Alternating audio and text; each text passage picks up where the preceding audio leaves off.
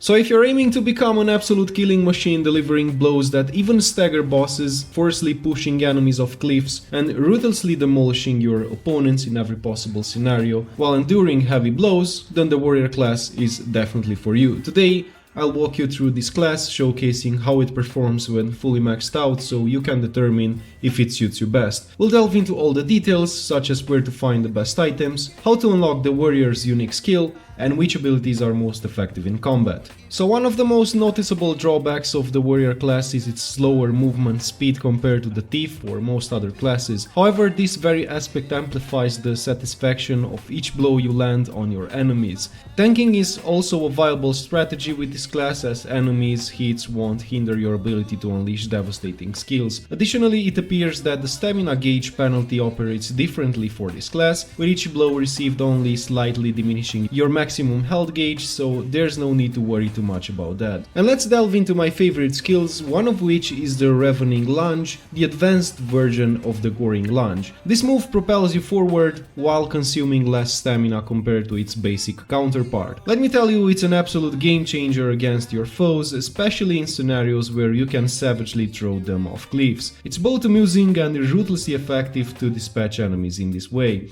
Moreover, charging from a distance doesn't afford your enemies enough time to react, resulting in a dramatic finish. Additionally, I appreciate it because it serves as an excellent reversal mechanic. The speed at which you traverse using this skill surpasses that of any other vocation and any other existing traversal mechanic for other classes. If you spot an enemy or even an annoying pawn while swiftly traveling with the skill, you can simply charge towards them and have a bit of fun in the process. And it doesn't end there, as you can even more brutally impale your foes and charge them directly into a rock for a brutal finishing move. So if you switch to the warrior class, definitely include this skill in your shortcut section. Also, it's very important to try to maintain at least an average weight, as this skill heavily relies on your stamina.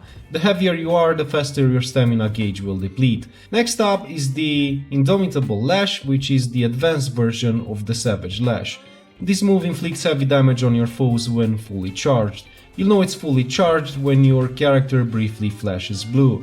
That's the perfect moment to unleash it. Despite being a slower move, it more than compensates with its big damage output and the significant likelihood of staggering even the most formidable bosses or demolishing enemies wielding shields. It delivers an absolutely devastating blow that can even facilitate the build-up of the elemental effect of your weapon, such as setting enemies on fire if you are wielding a weapon with a fire elemental attribute, or if you happen to have a pawn in your team that provides you with that buff. However, if you prefer a faster approach, you can jump and utilize the basic attack assigned to the triangle button. I've noticed that this method is significantly swifter, enabling the warrior to counterattack flying enemies, which might otherwise pose a greater challenge due to the vocation's slower pace. And a significant aspect that I appreciate about the warrior class is the fact that while charging your skills, enemy attacks won't hinder you from performing them. Moreover, if you happen to be attacked while not on guard and staggered, you can utilize the In-Spirit skill to promptly eliminate negative effects and even stagger applied by your foes. This skill is highly effective at turning the tide of battles, particularly when facing multiple enemies who repeatedly stagger you while dealing massive damage. And finally, we have the Arc of Might, which is not something you can acquire traditionally just by leveling up your rank. You obtain this through a side quest, and I'll show you shortly exactly what you need to do for the quest. This one takes a bit more time to charge, and once activated, it delivers a slashing attack followed by a powerful strike from above, which is absolutely devastating and immediately staggers your foe upon landing. However, immediately after using it, it will consume all of your stamina. It works best when hitting a weak spot of your enemy, such as the head, though it's a little bit more challenging to time it that way. But once you grasp how it works, you'll have yet another move that completely demolishes your foes. As for the quest, you'll receive it from Baron at this location on the map during nighttime. He'll request you to bring him 3 swords for the newest recruits. You can buy these from the nearby town and head to Vermont capital during nighttime to seek out a recruit which has that something needed to light up the spirits of the newest ones. After some back and forth in town, a young soldier will eventually approach you, report back to Baron, hand over the 3 swords, and you'll engage in a duel with him.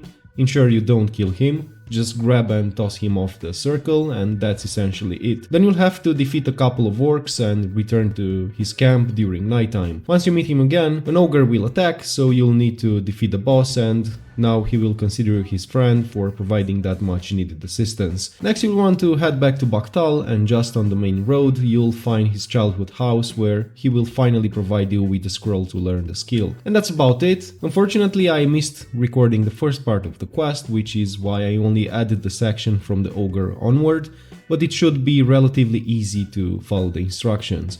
In any case, if you get stuck, let us know in the comment section below so that we can help if needed. And finally, let's have a look at the setup I currently have on my warrior, and in the following section I also show you how to obtain these items. So I use the Cinder Spine as my primary weapon, which has a 150% fire effect with excellent stats, not only in terms of damage but also knockdown power. The other weapon is the Cyclopean Thunder, which you may recall from one of my previous videos.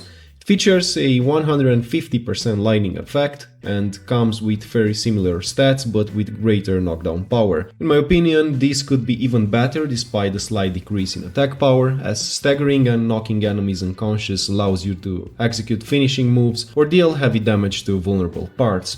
Altogether it might be an even better option, but it really depends on the vulnerabilities each enemy exhibits. It seems that most of the enemies are weak against fire, and it's very easy to set them ablaze after a couple of attacks, such as the Phoenix or these ogres, which are all mini bosses. So it's incredibly effective, and by the way, the Cyclopean Thunder works very well against Medusa too, as having lightning on your weapon enables you to cut her head. Therefore you can certainly make good use of both weapons. As for the location, the Cyclopean Thunder can be found within the Dark Beast's Den, in a cleverly concealed cave right here on the map on the western side.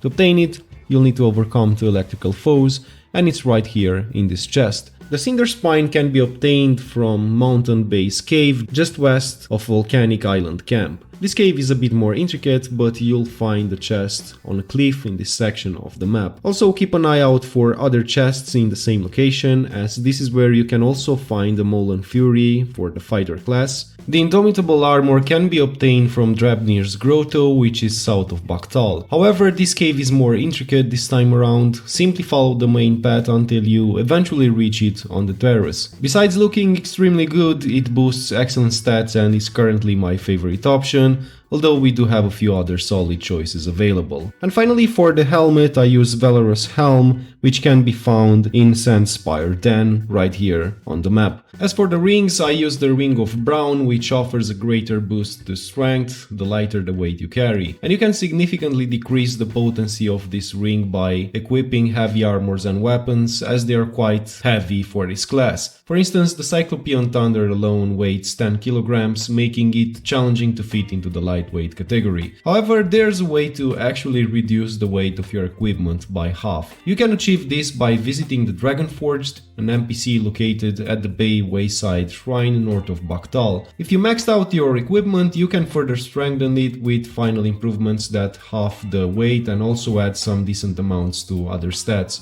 But you'll need Dragon's Crystals for this, which you can obtain, of course, by defeating dragons. So if you have some, definitely don't sell them despite the temptation due to their high selling price. In any case, it's totally worth it, as gradually decreasing my weight also increases my strength. Additionally, there's an augment called Tew that increases the amount you can carry, which you can unlock via the warrior class, so definitely check that out as well. And that pretty much wraps it up. Hope you liked it, and until next time, have fun playing the game.